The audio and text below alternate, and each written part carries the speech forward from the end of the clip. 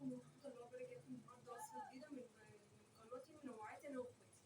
النهارده هنعمل مع بعض صينية الفراخ بالجزر. طريقة وصفة جميلة وسهلة وعلى طريقتي أنا. تعالوا بقى ننزل مع بعض على طول في المقادير.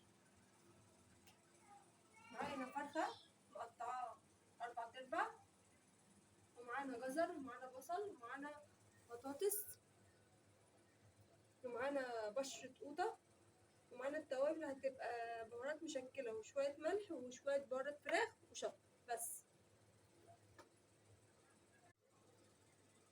وبعد كده بقى هنعمل مع بعض خلطة الفراخ اللي هنحطها على الفراخ قبل ما تحطي عليها الجزر والبصل. وبعد كده هرجع لكم بقى واحنا بنعمل أكل مع بعض. بتاعتنا أنا حطيت البصل الشرايح، هبدأ بقى أتبله بشوية بهارات مشاوي من اللي أنا بعملها في البيت، شوية بهارات فراخ، شوية كاري، البهارات دي جميلة أوي على فكرة، وشوية شطة بس كده. وهبدأ بقى أحط عليها نص القوطة بتاعتي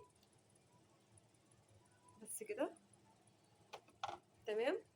وهدعك ده كله بقى كده في ايدينا. انا اسفه، هدعكه بقى ده كله، ادخل كل حاجه في البهارات دي في البصل، وارجع لكم بقى واحنا بنحشي الفراخ تحت الجلد. بعد ما البصل شرب التتبيله زي ما انتم شايفين كده، اخد الفرخه بتاعتي، انا مديها 3 تشريحات في الجنب، افتح الفرخه بتاعتي من الجلد من هنا، وهبدا احشيها بالبصل من جوه من هنا زي ما انتم شايفين. احشيها كده كده اهو، واتبلها كويس وادعكها كده اهو بالبهار زي ما انتم شايفين كده اهو، واسيبها بقى على جنب، اشيلها خالص، نفضها كده اهو، واحطها في الطبق بتاعنا بتاع الفراخ. هعمل كله بقى كده وارجع له. فاض معايا نص البصل بتاعي، هبدا احط عليه الجزر، واحط عليه كمان شرايح البطاطس بتاعتي، وادعكهم كلهم برضو زي الفراخ وارجع له. دعكنا كل حاجه زي ما انتم شايفين كده، هبدا بقى انزل بالفرخه بتاعتي على الجلد كده، اظهر الجلد كده اهو، تمام اهو انتوا شايفين كده. الفراخ دي انا مربيها في البيت، ما بجيبش حاجه من بره، انا بربي كل حاجه في البيت،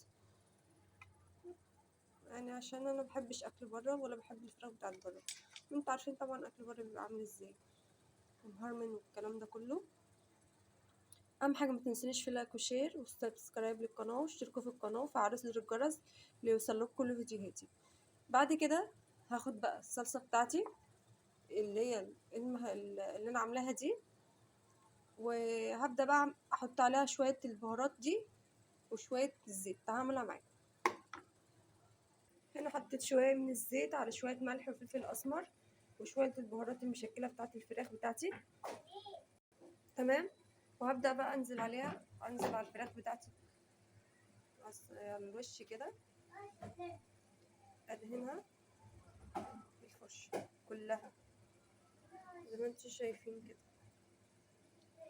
عشان تحمر معانا من الوش، وهديها غلوتين على النار من فوق، وتابعوني لاخر الفيديو. بصوا يا حبايبي، انا حطيت شويه صلصه على الوش، وحطيت شويه ميه هنا اهو زي ما انتم شايفين كده، وهسيبها تاخد غلوتين على النار لحد ما تخش في السوا. بعد كده هديها وش يتحمر تحت الشوايه، وارجع لكم بقى واحنا بنغرف.